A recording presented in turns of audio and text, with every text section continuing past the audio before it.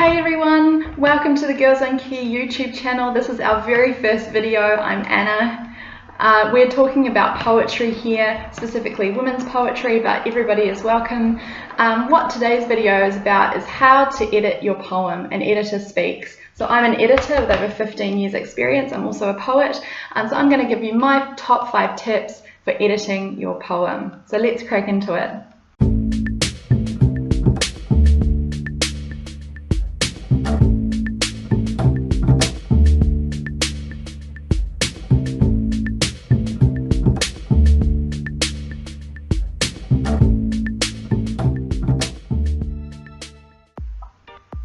Hey guys, today we're talking about how to edit your poem. I'm an editor and I'm also a poet, so hopefully some of these tips will really help you to refine your work and get it the way that you want it to look or sound, ready for your audience. So let's crack into it. Tip number 1.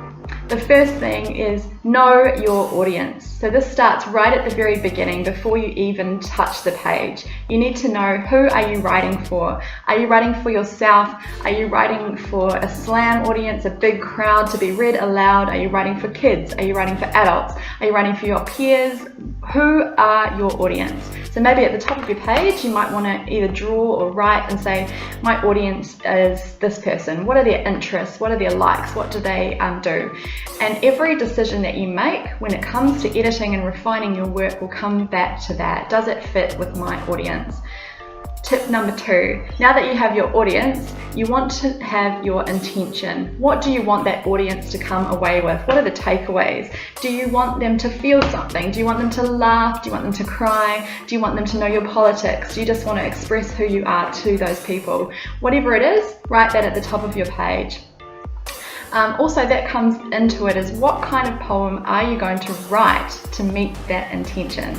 For example, if I want to write a funny poem for kids, I'm not really going to write a formal pantome or a slam poem necessarily. I might have different design principles depending on what the intention of my poem is and where it's going to end up.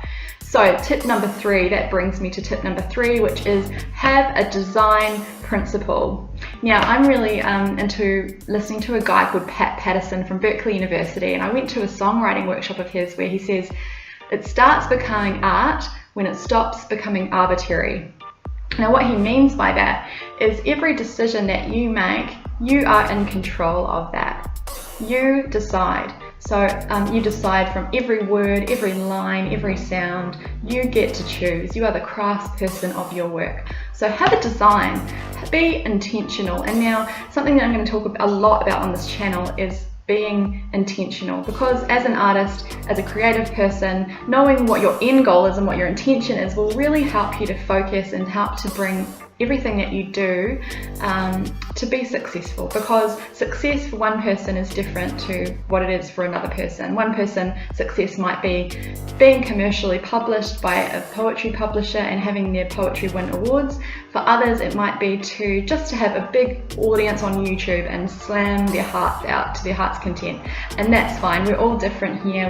There are slam poets, people that want to be spoken word artists and to look at the craft of how a poem is performed live and recitation, and that's part of it. And there's also people who want to see the visual on the page. How can I craft it so that I can bring in other meanings and other layers that you don't get when you have it read aloud? So there are pros and cons for both, and we all have our own craft. So stick to your craft, but think about the design. So for those of you that are quite new to poetry, one stanza is essentially one idea or one paragraph. So what you want to do when you're designing, one particular thing that I look for is balance. So looking to see if you've got any lines that are sticking way out, is that purposeful and why? So think about the meaning of every line, not just the meaning of the words, because lines in themselves can have their own meaning and they're actually vital. So you get to decide, you get to choose, and you can edit, you can move around as much as you want. No one's going to see, so don't be afraid of pulling it apart, pulling it to bits and putting it back together. And yes,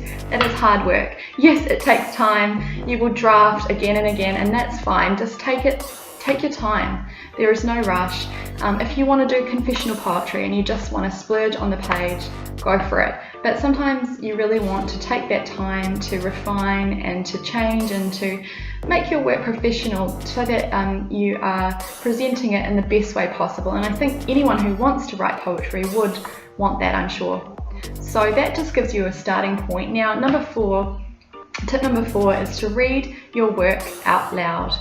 Find someone that you trust who might be able to give you some feedback. If you don't want to do that just yet, maybe read it into the camera or record it on your phone and have a listen back.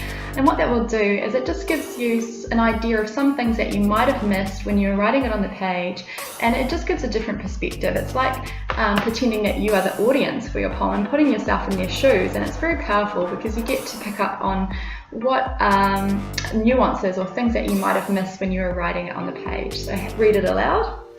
And then the final thing, number 5, have you met your goals? So assess, once you've written the poem, is there anything in there that's going to go against what you're trying to achieve? So if you're trying to make someone feel sad, is there something that comes across as funny by mistake, or something that comes across as rude? Or if you, for example, if you were reading to an audience of women, is there anything that's going to be offensive towards women? So just have a think and go back to number 1, 2 and 3 and have a look and see, have I achieved what I want to achieve by this work? So those are your 5 tips. I'm just going to recap them for you. So number 1 was know your audience. Number 2 was have a clear intention. Number 3, create a design principle. Number 4, read your poem aloud. And number 5, assess your goal.